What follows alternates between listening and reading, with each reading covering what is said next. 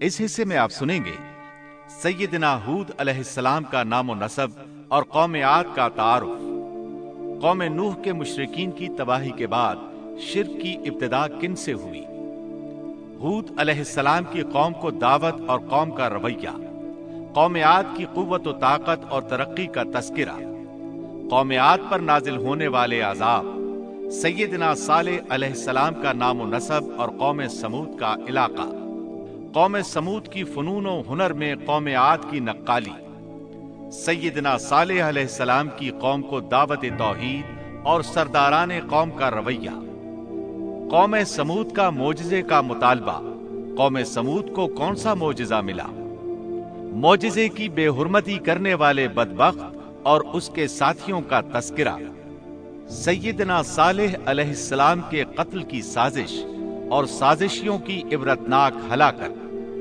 رسوا کن عذاب سے قوم سمود کی تباہی و بربادی اور سیدنا صالح علیہ السلام کا اظہار افسوس، قصہ قوم سمود سے ماخوذ فوائد و نتائج، حکمتوں اور عبرتوں کا مفصل تذکرہ۔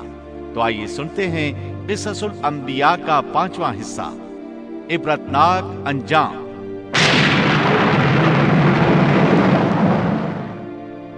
نوح علیہ السلام کا ایک بیٹا سام تھا۔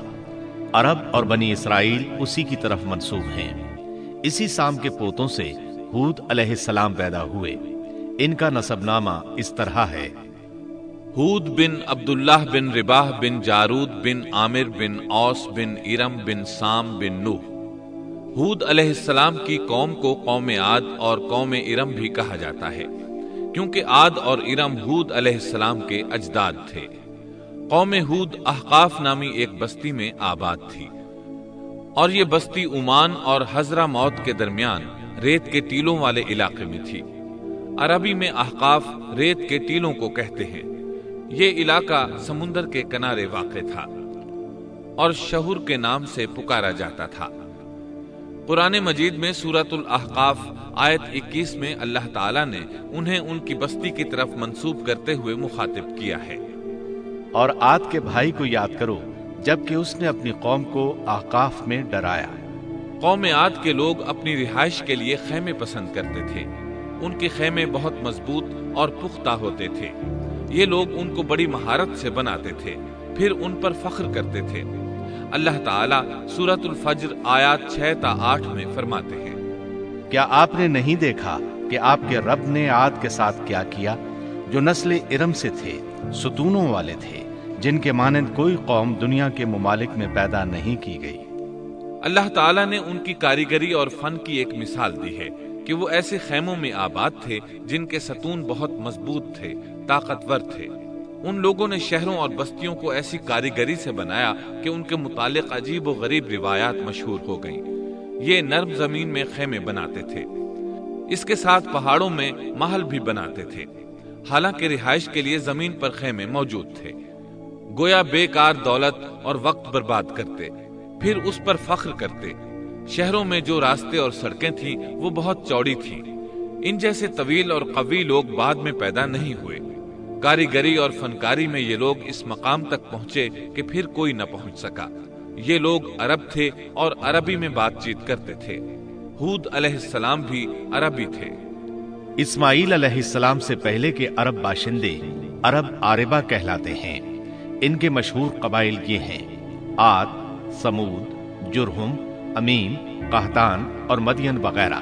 ابراہیم علیہ السلام کی اولاد میں اسماعیل علیہ السلام کے بعد آنے والے لوگ عرب مستعربہ کہلاتے ہیں۔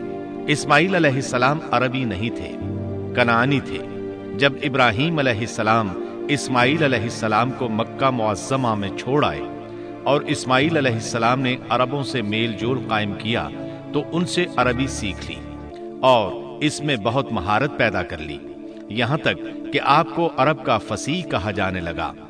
اہل عرب میں فصاحت و بلاغت آپ ہی سے آئی۔ رسول اللہ صلی اللہ علیہ وسلم بھی اسی انداز میں فصیح و بلیغ عربی میں بات کرتے تھے۔ طوفان نوح کے بعد جب دوبارہ لوگوں کو پیدا کیا گیا تو وہ ایک مرتبہ پھر ان بستیوں میں رہنے کے لیے چلے گئے جہاں نوح علیہ السلام رہا کرتے تھے۔ نوح علیہ السلام شام کے شمال اور ترکی کے جنوبی علاقوں میں رہا کرتے تھے۔ لوگ یہاں آباد ہو گئے۔ پھر یہاں سے کچھ لوگ فلسطین اور شام کی طرف ہجرت کر گئے اور کچھ لوگ جزیرے کی طرف ہجرت کر گئے، اور قوم عاد جزیرے کے جنوب میں آ کر آباد ہو گئی۔ اس وقت تمام لوگ توحید پر تھے۔ طوفان کے ساتھ جب زمین پامال ہو گئی تو اس پر سوائے نوح علیہ السلام کی اولاد کے اور کوئی زندہ نہ رہا۔ یہ لوگ توحید پرست تھے، لیکن وقت کے ساتھ ساتھ قوم عاد آباد ہوئی اور شیطان نے ان کے دلوں میں وسوسہ ڈالا۔ اس طرح وہ شیطان کی عبادت کرنے لگے۔ چنانچہ قوم نوح کے بعد سب سے پہلے جس قوم نے بت پرستی اختیار کی وہ قوم عاد تھی۔ اس قوم کو اللہ تعالیٰ نے بہت ڈیل ڈال دیا تھا۔ وہ بہت طاقتور قوم تھی۔ مفسرین بیان کرتے ہیں کہ ان کے جسم بہت مضبوط اور ٹھوس تھے، قد بہت لمبے تھے۔ آدم علیہ السلام کا قد 60 ہاتھ تھا۔ اس قوم کا قد بھی قریباً اتنا ہی تھا۔ اس طرف سورۃ الاعراف آیت 69 میں اشارہ موجود ہے۔ اللہ تعالیٰ فرماتے ہیں، اور تم وہ حالت یاد کرو جب اللہ نے تمہیں قوم نوح کے بعد جانشین بنایا اور ڈیل ڈول میں تمہیں زیادہ پھیلاؤ دیا، سو تم اللہ کی نعمتوں کو زیادہ یاد کرو تاکہ تم فلاح پا جاؤ۔ ہود علیہ السلام کی زبانی اللہ تعالیٰ ان کی فنکاری کو بیان کرتے ہوئے فرماتے ہیں کہ ہود علیہ السلام نے ان سے کہا، کیا تم ایک ایک ٹیلے پر بطور کھیل نشان لگا رہے ہو؟ مطلب یہ کہ یہ لوگ پہاڑوں کی چوٹیوں پر محل تعمیر کرتے تھے۔ جب ان سے کہا جاتا کہ تم رہتے تو زمین پر ہو اور گھر پہاڑوں پر بناتے ہو، اس کی کیا وجہ ہے؟ اور تم اتنے مضبوط محل تعمیر کر رہے ہو، گویا ہمیشہ یہیں رہو گے۔ وہ لوگ دراصل ٹیلوں، گھاٹیوں، دروں اور پہاڑوں پر عمارات تعمیر کرتے تھے، اور ان کا مقصد ان میں رہنا نہیں تھا، بلکہ صرف کھیل کود کے لیے ایسا کرتے تھے۔ ہود علیہ السلام نے انہیں جھنجھوڑا کہ تم ایسا کام کیوں کرتے ہو جس کا کوئی مقصد نہیں، جس کام کے فضول ہونے میں کوئی شک نہیں۔ ہود علیہ السلام انہیں واعظ کرتے تھے، اے میری قوم، اللہ نے تمہیں بڑی قوت سے نوازا ہے۔ تمہاری طاقت کا عالم یہ ہے کہ جب تم کسی پر ہاتھ ڈالتے ہو تو ظلم کرتے ہو، کوئی شخص تمہارے سامنے آنا گوارا نہیں کرتا۔ لہٰذا اللہ سے ڈرو اور میری پیروی کرو۔ اس سے ڈرو جس نے ان چیزوں سے تمہاری مدد کی۔ اللہ تعالیٰ نے اپنی ہر طرح کی نعمت، مال، اسباب، اولاد، باغات، شہر، قوت، جسامت اور صنعت کاری سے تمہیں نوازا ہے۔ لہٰذا تم اللہ سے ڈرو اور میری اطاعت کرو۔ لیکن ان کی قوم نے کوئی اثر نہ لیا، نہ ان پر ایمان لائی، الٹا لگی تکبر کرنے۔ اللہ کی حمد کی بجائے اس کی ناشکری کرنے لگی۔ اور تکبر کے بارے میں بات یہ ہے کہ جب سے ابلیس نے اس کو اختیار کیا، یہ اس وقت سے آزمائش بن چکا ہے۔ اللہ تعالیٰ سورہ حامیم السجدہ آیت 15 میں فرماتے ہیں، بس قوم عاد نے تو بے وجہ زمین میں سرکشی شروع کر دی اور کہنے لگے کہ ہم سے زوراور کون ہے؟ کیا انہیں یہ نظر نہ آیا کہ جس اللہ نے انہیں پیدا کیا ہے وہ ان سے بہت ہی زیادہ زوراور ہے؟ جب یہ لوگ اپنی سرکشی اور کفر میں حد سے بڑھ گئے، تب اللہ تعالیٰ نے ہود علیہ السلام کو ان کی طرف بھیجا۔ انہوں نے انہیں اللہ کی طرف بلایا اور کہا، اے میری قوم، اللہ کی عبادت کرو، اس کے سوا تمہارا کوئی معبود نہیں۔ کیا تم ڈرتے نہیں؟ قوم کے کافر سردار کہنے لگے، ہم تو دیکھتے ہیں کہ تو نری بے وقوفی میں ہے، ہمارے خیال میں تو جھوٹا ہے۔ اس پر ہود علیہ السلام نے فرمایا، میری قوم، میں بے وقوف نہیں، میں تو تمام جہانوں کے پروردگار کی طرف سے بھیجا گیا ہوں، تمہیں اپنے رب کے پیغامات پہنچا رہا ہوں، اور ہوں بھی تمہارا دلی خیرخواہ اور امانت دار۔ کیا تم اس بات سے تعجب کرتے ہو کہ تم میں سے ایک شخص کی معرفت اللہ کا ذکر تم تک پہنچا کہ وہ تمہیں خبردار کر دے؟ تم اللہ کی اس نعمت کو یاد کرو کہ اس نے تمہیں قوم نوح کے بعد خلیفہ بنایا اور ڈیل ڈول میں تمہیں زیادہ پھیلاؤ دیا۔ تم اللہ کے احسانات کو یاد کرو تاکہ فلاح اور نجات پا جاؤ۔ ہود علیہ السلام نے اللہ کی عظیم نعمتوں کے ساتھ انہیں نصیحت کی، لیکن وہ بدبخت کفر ہی کرتے رہے۔ آخر انہیں جھنجھوڑنے کے لیے انہوں نے فرمایا، اے میری قوم، اللہ ہی کی عبادت کرو، اس کے سوا تمہارا کوئی معبود نہیں۔ تم تو صرف بہتان بازی کر رہے ہو، یعنی جن بتوں کی تم پوجا کر رہے ہو ان کی پوجا تم نے خود گھڑی ہے۔ اللہ تعالیٰ نے تو اس کے متعلق کوئی دلیل نازل نہیں فرمائی۔ میری قوم کے لوگوں، میں تم سے اس دعوت و تبلیغ کی کوئی اجرت نہیں مانگتا، میرا اجر اس کے ذمے ہے جس نے مجھے پیدا کیا ہے، تو کیا تم پھر بھی عقل سے کام نہیں لیتے؟ اے میری قوم کے لوگوں، اپنے رب سے گزشتہ گناہوں کی معافی طلب کرو، آئندہ گناہوں سے توبہ کرو، تاکہ وہ برسنے والے بادل تم پر بھیج دے اور تمہیں طاقت میں اور بڑھا دے، تاکہ تم گناہگار ہونے کے باوجود روگردانی نہ کرو۔ ہود علیہ السلام مسلسل انہیں دعوت دیتے رہے، لیکن وہ ظالم قوم نوح کی طرح ان کا مذاق اڑانے لگی اور کہنے لگی، ہمارے خیال میں تو بے وقوف ہے اور شاید تو ہمارے کسی معبود کے بڑے جھپٹے میں آ گیا ہے، تو ہمارے بتوں کو برا کہتا ہے، اس لیے ان میں سے کسی کی مار تم پر پڑی ہے، اسی لیے تو ذہنی مریض بن گیا ہے۔ وہ ظالم لوگ چونکہ آخرت پر ایمان نہیں رکھتے تھے اور دنیا میں خوشحالی کی زندگی بسر کر رہے تھے اور تھے بھی اپنی قوم کے سردار، اس لیے اپنے ماتحتوں سے کہنے لگے، یہ تو تم جیسا ہی انسان ہے، وہی کچھ کھاتا ہے جو تم کھاتے ہو اور پیتا بھی وہی کچھ ہے جو تم پیتے ہو۔ اب اگر تم نے اپنے جیسے انسان کی اطاعت قبول کر لی تو سخت خسارے میں رہو گے۔ کیا یہ تمہیں اس بات سے دھمکاتا ہے کہ جب تم مر کر خاک اور ہڈیاں بن جاؤ گے تو پھر زندہ کیے جاؤ گے؟ ہرگز نہیں، یہ بات امکان سے باہر ہے جس کا وعدہ تم سے کیا جاتا ہے۔ یہ زندگی تو صرف دنیا کی ہے، ہم مرتے جیتے رہتے ہیں، ہم پھر نہیں اٹھائے جائیں گے۔ یہ تو وہ شخص ہے جس نے اللہ پر جھوٹ باندھا ہے، ہم اس پر یقین کرنے والے نہیں۔ ہود علیہ السلام انہیں دعوت دیتے رہے، یہاں تک کہ ان کی قوم نے واضح طور پر کہہ دیا کہ آپ ہمیں واز سنائیں یا نہ سنائیں، ہم تو اپنی روش نہیں چھوڑیں گے، یہ تو پرانے لوگوں کا دین ہے۔ اس طرح قوم انہیں مسلسل جھٹلاتی ہی رہی۔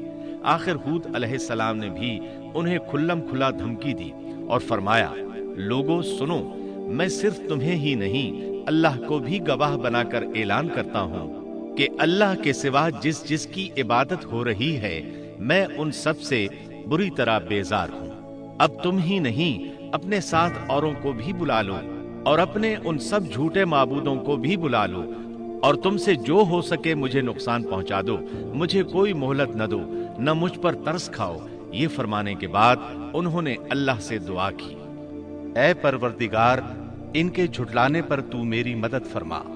اللہ کی طرف سے آپ کو جواب ملا، یہ تو بہت ہی جلد اپنے کیے پر پچھتانے لگیں گے۔ اللہ کے نبی کا انکار کرنے، اس سے بغض رکھنے اور اس کا مذاق اڑانے والوں کا انجام کیا ہوا؟ اللہ نے انہیں ایسے زناٹے کی آندھی سے تہس نہس کیا کہ جس کی تاریخ میں مثال نہیں ملتی۔ اللہ نے ان سے بارش روک لی، اس سے خشک سالی کی کیفیت پیدا ہو گئی، درخت اور پھل ختم ہو گئے، وہ لوگ بارش کی خواہش کرنے لگے۔ اسی حالت میں ایک دن اللہ نے انہیں عذاب دینے کا ارادہ فرمایا۔ انہوں نے دیکھا ایک سیاہ بادل ان کی طرف بڑھ رہا ہے، خوشی سے اچھلنے لگے، کہنے لگے یہ بادل ہم پر برسنے والا ہے، جبکہ ان کا خیال غلط تھا۔ دراصل ابر کی صورت میں یہ وہ قہر الہی تھا جس کے آنے کی وہ جلدی مچا رہے تھے۔ وہ عذاب ان کی بستیوں کی تمام چیزوں، پھلوں، خیموں، درختوں کو تہس نہس کرتا ہوا آیا۔ اسے اللہ کا یہی حکم تھا۔ آندھی اس قدر زبردست تھی کہ پہاڑوں پر ان کے تعمیر کردہ محلوں تک کو اڑا لے گئی۔ مجرموں کا یہی بدلہ ہے۔ اللہ تعالیٰ سورۃ الزاریات آیت 41 اور 42 میں فرماتے ہیں، اسی طرح عادیوں میں بھی ہماری طرف سے تنبیہ ہے، جبکہ ہم نے ان پر خیر و برکت سے خالی آندھی بھیجی، وہ جس چیز پر گرتی تھی اسے بوسیدہ ہڈی کی طرح چورا چورا کر دیتی تھی۔ اس آندھی نے ہر چیز کو فنا کر کے رکھ دیا۔ اللہ تعالیٰ ان کی تباہی ایک جگہ ان الفاظ میں بیان کرتے ہیں، قوم عاد نے بھی جھٹلایا، بس کیسا ہوا میرا عذاب اور میری ڈرانے والی باتیں۔ ہم نے ان پر تیز و تند مسلسل چلنے والی ہوا ایک لگاتار منحوس دن میں بھیج دی، جو لوگوں کو اٹھا اٹھا کر دے پٹکتی تھی، گویا کہ وہ جڑ سے کٹے ہوئے کھجور کے تنے ہیں۔ بس کیسی رہی میری سزا اور میرا ڈرانا۔ یقیناً ہم نے قرآن کو نصیحت کے لیے آسان کر دیا ہے، بس کیا ہے کوئی نصیحت پکڑنے والا؟ ایک تیسرے مقام پر اللہ نے ان کی ذلت اور رسوائی کا ذکر یوں کیا ہے، قوم عاد بے حد تند اور تیز ہوا سے غارت کر دی گئی۔ وہ ہوا ان پر برابر لگاتار 7 رات اور 8 دن تک اللہ کے حکم سے چلتی رہی۔ آپ وہاں ہوتے تو دیکھتے کہ وہاں لوگ یوں چاروں شانوں چت گرے پڑے ہیں جیسے وہ کھجوروں کے کھوکھلے تنے ہوں۔ کیا ان میں سے کوئی بھی آپ کو باقی نظر آ رہا ہے؟ ہود علیہ السلام کو اللہ تعالیٰ نے اپنی رحمت سے نجات دی۔ باقی تمام جگہوں پر تباہی تھی، لیکن جس جگہ ہود علیہ السلام اور ان کے ساتھی تھے اس طرف یہ ہوا پھٹکی بھی نہیں۔ کہا جاتا ہے کہ ایک باڑ تھی جس میں ہود علیہ السلام، حیوانات، چوپائے اور ان پر ایمان لانے والے تھے، اور آندھی نے ہر چیز کو فنا کر ڈالا۔ اللہ تعالیٰ سورہ آراف آیت 72 میں فرماتے ہیں، غرض ہم نے انہیں اور ان کے ساتھیوں کو اپنی رحمت سے بچا لیا اور ان لوگوں کی جڑ کاٹ دی جنہوں نے ہماری آیتوں کو جھٹلایا تھا اور وہ ایمان لانے والے نہ تھے۔ اسی طرح سورہ ہود میں اللہ فرماتے ہیں، جب ہمارا حکم آ پہنچا تو ہم نے ہود کو اور ان کے ساتھیوں کو اپنی خاص رحمت سے نجات دی۔ ہم نے ان سب کو سخت عذاب سے صاف بچا لیا۔ یہ تھے قوم عاد کے لوگ جنہوں نے اپنے رب کی آیتوں کا انکار کیا اور اس کے رسولوں کی نافرمانی کی، اور ہر ایک سرکش نافرمان کے حکم کو مانا۔ دنیا میں بھی ان پر لعنت لگا دی گئی اور قیامت کے دن بھی۔ دیکھ لو، قوم عاد نے اپنے رب سے کفر کیا، ہود کی قوم عاد پر لعنت ہو۔ اس طرح قوم عاد تباہ ہو گئی۔ ان کے بعد مومنوں نے ان کے باقی بچ جانے والے مکانات پر قبضہ کر لیا اور وہاں رہنے لگے۔ پھر ہود علیہ السلام نے حضرہ موت میں وفات پائی۔ اب ہم آتے ہیں سیدنا صالح علیہ السلام کے قصے کی طرف۔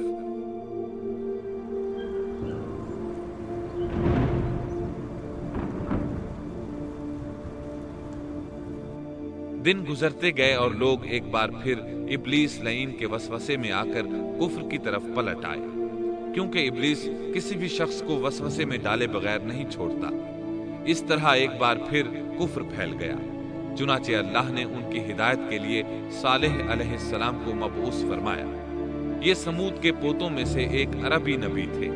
ان کا نسب نامہ اس طرح ہے: صالح بن عبید بن سیاف بن ماشح بن عبید بن حاضر بن سمود بن ارم بن سام بن نوح علیہ السلام۔ گویا صالح علیہ السلام کا تعلق قوم سمود سے تھا، اور یہ قوم عاد کی نسل سے تھی۔ سمود کی قوم نے یمن کو خیر باد کہا اور جزیرے سے شمال کی طرف منتقل ہو گئے۔ پھر وہاں ہجر نامی ایک بستی میں جا ٹھہرے۔ قرآن کریم کی سورۃ الحجر اسی بستی کے نام سے موسوم ہے۔ قوم عاد کا تذکرہ سورۃ الحجر کے علاوہ سورۃ الاحقاف اور سورہ ہود میں بھی ہے۔ اللہ تعالیٰ سورۃ الحجر آیت 80 میں فرماتے ہیں، اور ہجر والوں نے بھی رسولوں کو جھٹلایا۔ ہجر قوم سمود کا مرکزی شہر تھا۔ اب وہ مدائن صالح کے نام سے مشہور ہے۔ یہ شہر مدینہ منورہ کے شمال مغرب میں 380 کلومیٹر کے فاصلے پر واقع ہے۔ یہ لوگ بھی پہاڑوں کو تراش کر گھر بناتے تھے۔ یہ صنعت اور کاریگری انہوں نے قوم عاد سے وراثت میں پائی تھی۔ اللہ تعالیٰ سورۃ الفجر آیت 9 میں فرماتے ہیں، اور قوم سمود کے ساتھ کیا کیا جنہوں نے وادی میں بڑے بڑے پتھر تراشے تھے۔ قرآن مجید میں اللہ تعالیٰ ایک مقام پر فرماتے ہیں، اور ہم نے قوم عاد اور سمود کو غارت کیا جن کے بعض مکانات آپ کے سامنے ظاہر ہیں۔ ان کے مکانات ان کی تباہی سے لے کر اب تک موجود ہیں۔ شام کے راستے میں خیبر، تیما سے تبوک تک قوم سمود کے آثار پائے جاتے ہیں۔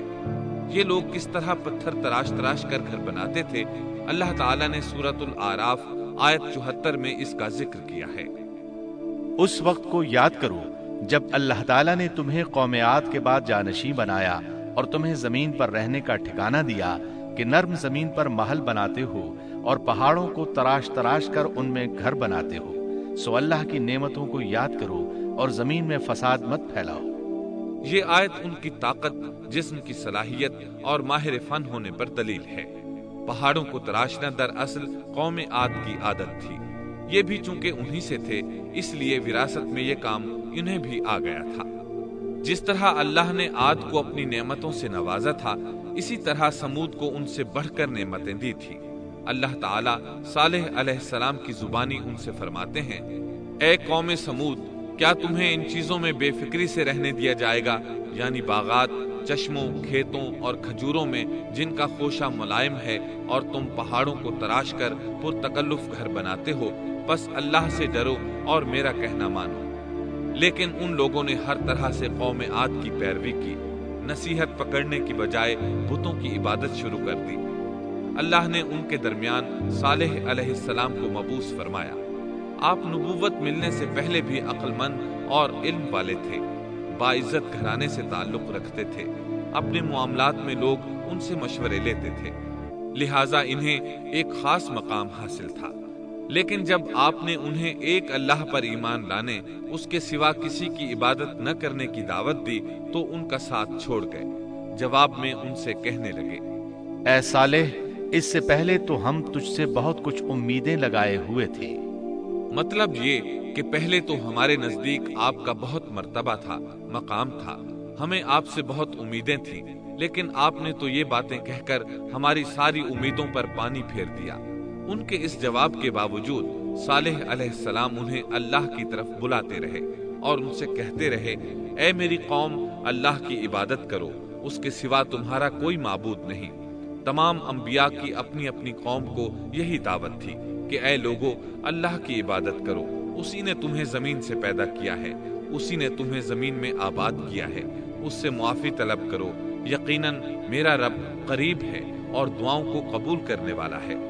اے میری قوم، تم نیکی سے پہلے برائی کی جلدی کر رہے ہو، اللہ سے معافی کیوں نہیں مانگتے کہ تم پر رحم کیا جائے؟ اللہ سے ڈرو، میری اطاعت کرو، حد سے گزر جانے والے بے باک لوگوں کی اطاعت سے باز آؤ، وہ ملک میں فساد پھیلا رہے ہیں اور اصلاح نہیں کرتے۔ صالح علیہ السلام نے ہود علیہ السلام کی طرح اپنی قوم کو نصیحت کی، لیکن ان ظالموں نے بھی اسی طرح کفر کیا جیسے قوم عاد نے کیا تھا۔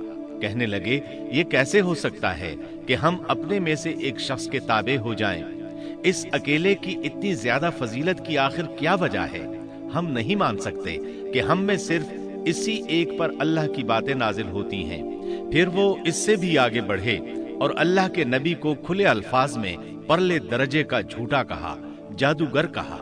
پھر یہ سرکش اور کافر لوگ صالح علیہ السلام کے ساتھ ایمان لانے والے کمزور غریب لوگوں کو مخاطب کر کے کہنے لگے، کیا تم صالح پر ایمان رکھتے ہو؟ ہم تو اس کے منکر ہیں۔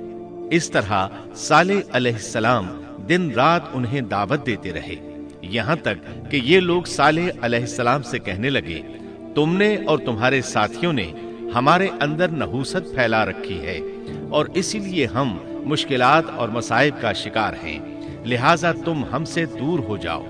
صالح علیہ السلام نے انہیں جواب دیا، تم پر نحوست اللہ کی طرف سے ہے، تم فتنے میں پڑے ہوئے لوگ ہو۔